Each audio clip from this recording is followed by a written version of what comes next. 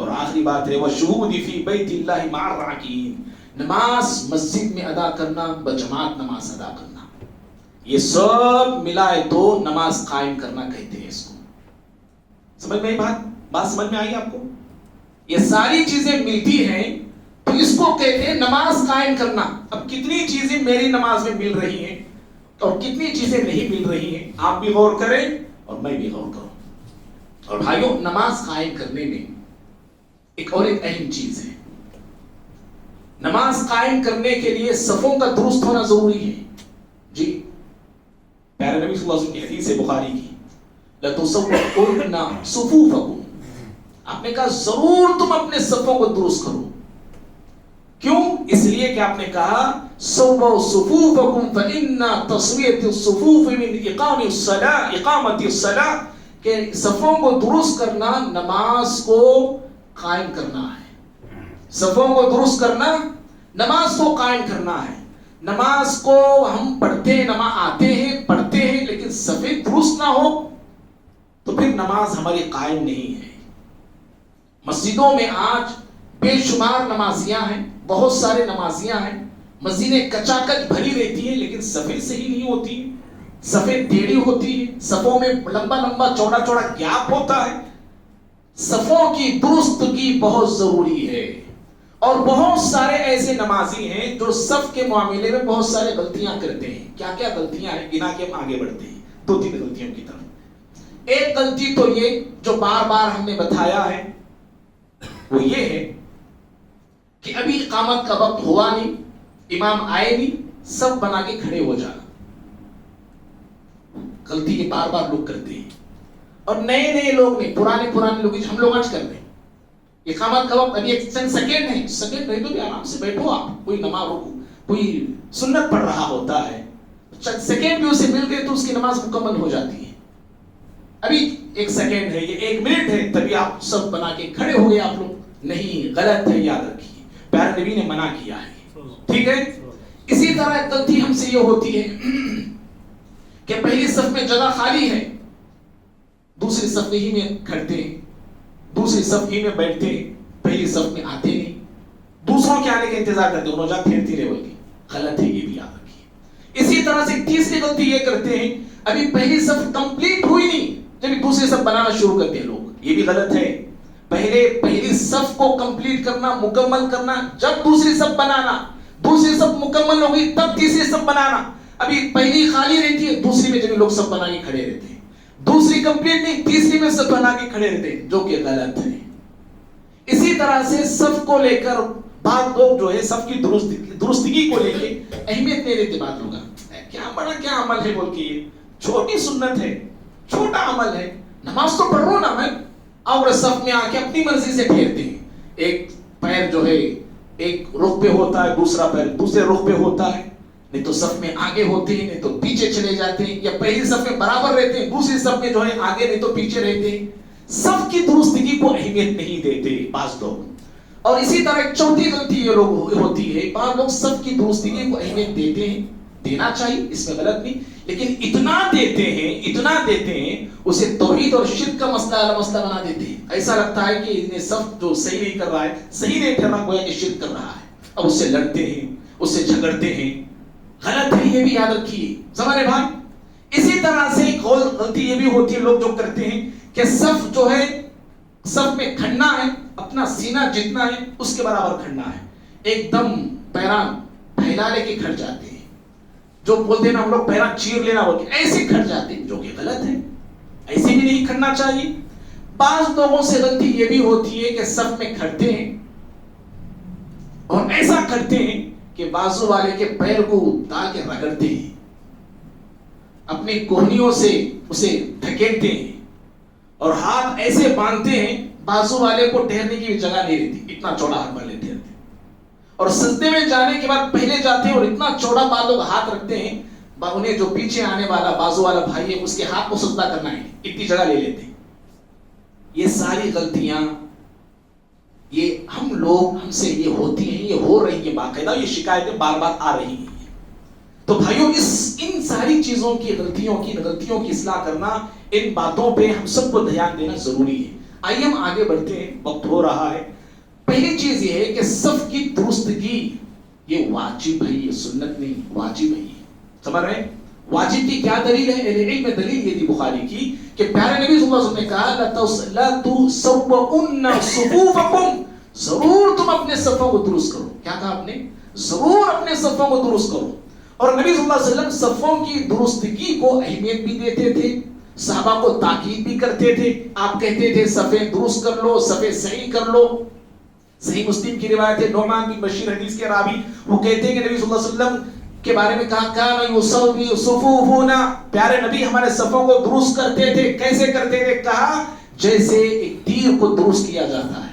تیر کو درست جیسے کیا جاتا ہے، ایسے پیارے نبی صلی اللہ علیہ وسلم ہمارے صفوں کو درست کرتے تھے۔ اور جب آپ نے دیکھ لیا قد عقلنا عنہ کہ ہم کو یہ بات سمجھ میں آ گئی، صحابہ بول رہے ہیں، جب ہم کو یہ بات سمجھ میں آ گئی، نبی صلی اللہ علیہ وسلم نے دیکھ لیا کہ بغیر نبی کے بتائے بغیر بولے بغیر صحابہ صفیں درست کرنے لگ گئے، تو اس کے بعد پیارے نبی صلی اللہ علیہ وسلم تاکید کرنا چھوڑ دیا آپ نے۔ سمجھ میں آ رہی بات بھائی آپ کو؟ جب صحابہ نبی کی بات کو سمجھ گئے کہ پیارے نبی سب کو بڑی اہمیت دیتے ہیں، بہت زور دیتے ہیں، جب صحابہ صفیں درست کرنے لگ گئے تو نبی صلی اللہ علیہ وسلم نے دیکھا کہ میرے صحابہ میرے بولے بغیر بتائے بغیر صفوں کو درست کر رہے ہیں، تو آپ نے وہ تاکید کے ساتھ، وہ زور کے ساتھ بولنا چھوڑ دیا آپ نے۔ لیکن ایک مرتبہ آپ آئے نماز پڑھنے کے لیے، نماز پڑھانے کے لیے آپ آئے، راوی حدیث کہتے ہیں کہ پیارے نبی ابھی اب تکبیر کہنے والے تھے، رکعت آپ باندھنے والے تھے، فرآ رجلا بادیا صدره، آپ نے ایک شخص کو دیکھا کہ ان کا سینہ سب سے نکلا ہوا ہے، باہر نکلا ہوا ہے، سب سے باہر نکلا ہوا ہے۔ آپ نے کہا عباد اللہ، اللہ کے بندو، لتسوؤن صفوفکم، آواز نہیں آ رہی؟ پوری اوپر آواز نہیں آ رہی۔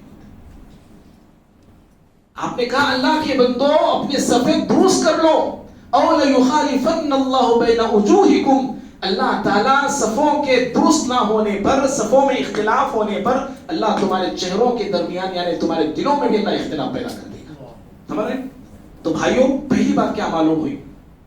پہلی بات تو یہ معلوم ہوئی صفوں کو درست کرنا چاہیے، حتیٰ کہ دیکھو سینہ بھی صف کے باہر نہیں نکلنا ہے، سینہ بھی باہر نہیں نکلنا۔ ہم لوگ پورا جسم لے کے باہر نکل جاتے ہیں، یہ تو آگے آتے ہیں تو پیچھے چلے جاتے ہیں، غلط ہے یہ۔ اور دوسری بڑی اہم بات یہ ہے کہ اگر کسی سے صف میں کچھ غلطی ہوتی ہے، غلط ٹھہرتا ہے، پیر نہیں لگایا ہے، انگلی نہیں لگایا ہے، آگے پیچھے ہو گیا ہے، اس کو کیسے سمجھانا چاہیے؟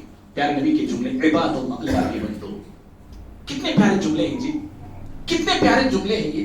ہاں عباد اللہ، اللہ کے بندو، ایسا مت ٹھہرو، اپنے صفوں کو درست کر لو، صحیح کر لو۔ پیارے نبی صلی اللہ علیہ وسلم اس طرح سمجھاتے تھے۔ میرا آپ کا سمجھانا کیسا ہے؟ ہاں کتنا غلط ہوتا ہے، ایسا لگتا ہے کہ اب اسے کچل کو رکھ دیتے ہم لوگ۔ نہیں، غلط ہے، غلط ہے، یاد رکھیے۔ صفیں درست کرنے کے لیے اپنے بھائیوں کو ہمیں صحیح طور پہ سمجھانا چاہیے۔ اور تیسری بات یہ ہے کہ صفوں کی درستگی یاد رکھیے، یہ دلوں کو جوڑنے کا بہت بڑا ذریعہ ہے یہ جی۔ نماز ہماری جو نماز ہے یہ جسم کو جوڑنے والی عبادت نہیں، صرف جسم جڑتے نہیں بلکہ دلوں کو جوڑنے والی عبادت ہے۔ دلوں کو جڑنا چاہیے، دلوں کو جوڑنا چاہیے، دل جڑنا چاہیے۔ لیکن معاف کرنا بھائی، سالوں سے میں اور آپ نمازیں پڑھ رہے ہیں، پیر بھی الحمدللہ لگا رہے ہیں، اتنا لگا رہے سمجھیے، پھر بھی دل جڑ رہے نہیں ہمارے۔ نمازی سے لڑ رہا ہے، سلام پھیرتے لڑائی شروع، باہر جاتے لڑائی شروع، فلاں سے الجھا میں، فلاں سے لڑا میں، کیوں؟ دل کیوں جڑ رہے نہیں ہمارے؟ آپ سے اگر میں پوچھوں تو کوئی بول سکتا نہیں پیرا ہمیں صحیح لگا رہے نہیں، ہمیں آپ بول سکتے ہیں، میں بولوں گا نہیں یہ نہیں ہے، دل ہی خراب ہو گئے ہمارے جی، دل خراب ہو گئے ہیں۔ اب دل خراب ہو گئے تو پیرا لگاؤ، جسمہ لگا لو، معانٹے کر لو، گلے مل لو، مسافے کر لو، نہیں ہونے کا ہے، دل خراب ہے۔ جڑ خراب ہو گیا تو پھل دیتا درخت سے پھل آئیں گے؟ نہیں آئیں گے۔ جب تک جڑ درست نہیں اس وقت تک درخت پھلدار نہیں بن سکتا ہے۔ ایسے ہی دلوں سے اپنے روگ کو ختم کرنا ہے۔ دل کے اندر بغض ہے، حسد ہے، بیماریاں ہیں، نفرتیں ہیں، ساری دنیا کی بلا بتا ہمارے دلوں کے اندر ہے۔ اب پیرا لگائے تو دل میں محبت کہاں سے آتی؟ ابھی نفرت ہی پیدا تھی، یہ ٹھہرا کیا میرے بازو، ابھی نفرت آ رہی ہے ہمارے دلوں۔ اللہ کے بندو ضرورت ہے اپنے پیروں کی اصلاح سے زیادہ اپنے دلوں کی اصلاح کیجیے. اپنے پیروں کو ملانے سے زیادہ اپنے دلوں کو پاک کیجیے. اللہ تعالیٰ خود بخود دلوں میں محبت بھی ڈالے گا, الفت بھی ڈال دے گا. اور اللہ کے نبی صلی اللہ علیہ وسلم صفوں کی درستگی کو آپ ایسے مختلف اندازوں میں آپ صفوں کی درستگی کو بتاتے تھے. مختلف الفاظ آپ بتاتے تھے, مختلف الفاظوں سے آپ کہتے تھے صفے درست کر لو, صفے صحیح کر لو. آپ ان الفاظوں سے بھی آپ اندازہ لگا سکتے ہیں کہ پیارے نبی صلی اللہ علیہ وسلم صفوں کی درستگی کو لے کے کتنی اہمیت آپ دیتے تھے اور کتنا جو سیریسلی آپ لیتے تھے. آپ کہتے تھے سووا صفوفکم فإن تسویۃ الصفوف من اقامت الصلاۃ. لوگوں صفے درست کر لو. صفوں کی درستگی نماز کو قائم کرنا ہے. ایک جملہ آپ یہ کہتے تھے. کبھی دوسری بات میں آتا من تمام الصلاۃ, آپ کہتے تھے لوگوں صفے درست کر لو. صفے کو درست کرنا یہ نماز کو مکمل کرنا ہے, نماز کو مکمل کرنا ہے. اور کبھی آپ کہتے تھے استو, آپ سعودی وغیرہ حج کو جائیں گے, عمرہ وغیرہ, آپ یہ جملے سنیں گے حرم کے امام سے, استو استو ولا تختلفوا. آپ کہتے تھے صفے صحیح کر لو, سیدھے ہو جاؤ, سیدھے کھڑے ہو جاؤ, آگے پیچھے مت رہو, آگے پیچھے مت رہو, استو سیدھے ہو جاؤ. پیارے نبی صلی اللہ علیہ وسلم یہ جملے بھی کہتے تھے. اور کبھی آپ یہ جملے کہتے تھے اتموا الصفوف, اتموا الصفوف, لوگوں صفے مکمل کر لو, لوگوں صفے مکمل کر لو. کبھی آپ یہ کہتے تھے رصوا صفوفکم, رصوا صفوفکم وقاربوا بینہا, لوگوں اپنی صفوں کو سیسا پلائی ہوئی دیوار کی طرح ملا لو. کیا بولتے تھے آپ؟ سیسا پلائی ہوئی دیوار کی طرح اپنی صفوں کو ملا لو. وقاربوا بینہا, اور قریب قریب مل کے کھڑے ہو جاؤ. اور کبھی آپ کہتے تھے اقیموا الصفوف, لوگوں صفے قائم کرو. وحاذوا بین المناکب, اور اپنے کندھوں کو, اپنے منڈوں کو برابر رکھو, برابر کرو. اور برابر کا کیا مطلب ہے, اب یہ بھی ضروری ہے سمجھنا ہم لوگوں کے لیے. برابر کا مطلب یہ نہیں کہ ہر ایک کا کندھا برابر رہنا, یہ مطلب نہیں. بعض لوگ بڑی عمر کے ہوتے ہیں, ہائٹ ان کی چھوٹی ہوتی ہے, چھوٹی عمر والوں کی ہائٹ بڑی ہوتی ہے. اب کندھے کہاں مل سکتے ہیں؟ نہیں ملیں گے نا. کندھے چھوٹے بڑے یہ مسئلہ نہیں ہے. کندھوں میں جو ہے آگے پیچھے نہیں ہونا چاہیے, یہ مطلب ہے. کندھے آپ کے برابر رکھو, اگرچہ کہ وہ کسی کا کندھا لمبا ہو, کسی کا قد کم ہو, اگر برابر رہنا چاہیے, مل کر رہے. آگے پیچھے نہیں ہونا, آگے پیچھے نہیں جانا چاہیے. آپ فرماتے تھے اپنے کندھوں کو برابر رکھو. بچہ بھی آ گیا نا, اے تیرے کندھے ملتے نہیں, ہٹ بول کے ہٹانے کا نہیں. یا ملانے کا, کندھے ملانے کی بات نہیں بول رہا ہوں میں, برابر ہونا چاہیے. وہ برابر آپ کے برابر, وہ کھڑتا ہے, کھڑنے کی اس کے اندر کیپیسٹی ہے, وہ جانتا ہے, وہ الحمدللہ کھڑ سکتا ہے, وہ دیکھو. اور آپ صلی اللہ علیہ وسلم پھر آگے کہتے تھے وَلِنُوا بَيْنَ إِخْوَانِكُمْ, آپ کہتے تھے اپنے بھائیوں کے لیے نرم ہو جاؤ. اس جملے کے 3 مطلب ہیں, یہ 3 مطلب بتا کے اپنی بات میں ختم کرتا ہوں, وقت ہو گیا ہے. وَلِنُوا بَيْنَ إِخْوَانِكُمْ, اپنے بھائیوں کے لیے نرم ہو جاؤ. کیا مطلب ہے اپنے بھائیوں کے لیے نرم ہو جاؤ؟ پہلا مطلب اہل علم یہ بتاتے ہیں کہ اپنے بازوؤں کو, اپنے ہاتھوں کو, اپنے کندھوں کو, اپنے پیروں کو, بازو والا جو بھائی نماز پڑھ رہا ہے اس کے کندھوں سے, اس کے بازوؤں سے, اس کے پیروں سے ایسے نہیں ملانا, ایسے نہیں لگانا سختی کے ساتھ کہ اس کو لگے بازو والے بھی نہیں, ملا رہے نہیں, اس کو بازو والے کیا لگ رہا ہے کہ لگا رہے نہیں, ملا رہے نہیں, بلکہ مار دے مجھے, ایسا نہیں لگنا چاہیے اس کو. ہم لوگ ایسا لگاتے ہیں, بازو والے کو لگتا کون سا غصہ اتار لے رہے میرے اوپر, پہلے سے پہلے لے جا کو رکھ ڈالتی, رگڑ ڈالتی, کچل ڈالتی, سختی کے ساتھ لگا ڈالتی. نہیں, غلط ہے یہ. ہمارے بھائی بازو والے کے ساتھ ایسے لگے کہ اس کو بھی لگے, ہمیں بھی لگے کہ ہم صرف لگا رہے ہیں. دوسرا مطلب یہ بتایا گیا کہ اے کونو لین او ہین, کہ آپ صف میں کھڑے ہوتے ہیں تو آپ نرم خو ہونا چاہیے اور خوش مزاج ہونا چاہیے. مزاج آپ کا خوش ہونا چاہیے. اب اللہ کے دربار میں کھڑ رہے بھائی, اللہ کے دربار میں میاں آپ کھڑ رہے, غصے کے ساتھ آگے ٹھہر رہے, چڑچڑی طبیعت لا کے ٹھہر رہے, لڑکوں جھگڑ کو آ کر ٹھہر رہے. کس کی عدالت میں ٹھہر رہا ہوں میاں, کس کے سامنے کھڑ رہے ہیں میاں, کبھی ہم غور کر رہے ہیں؟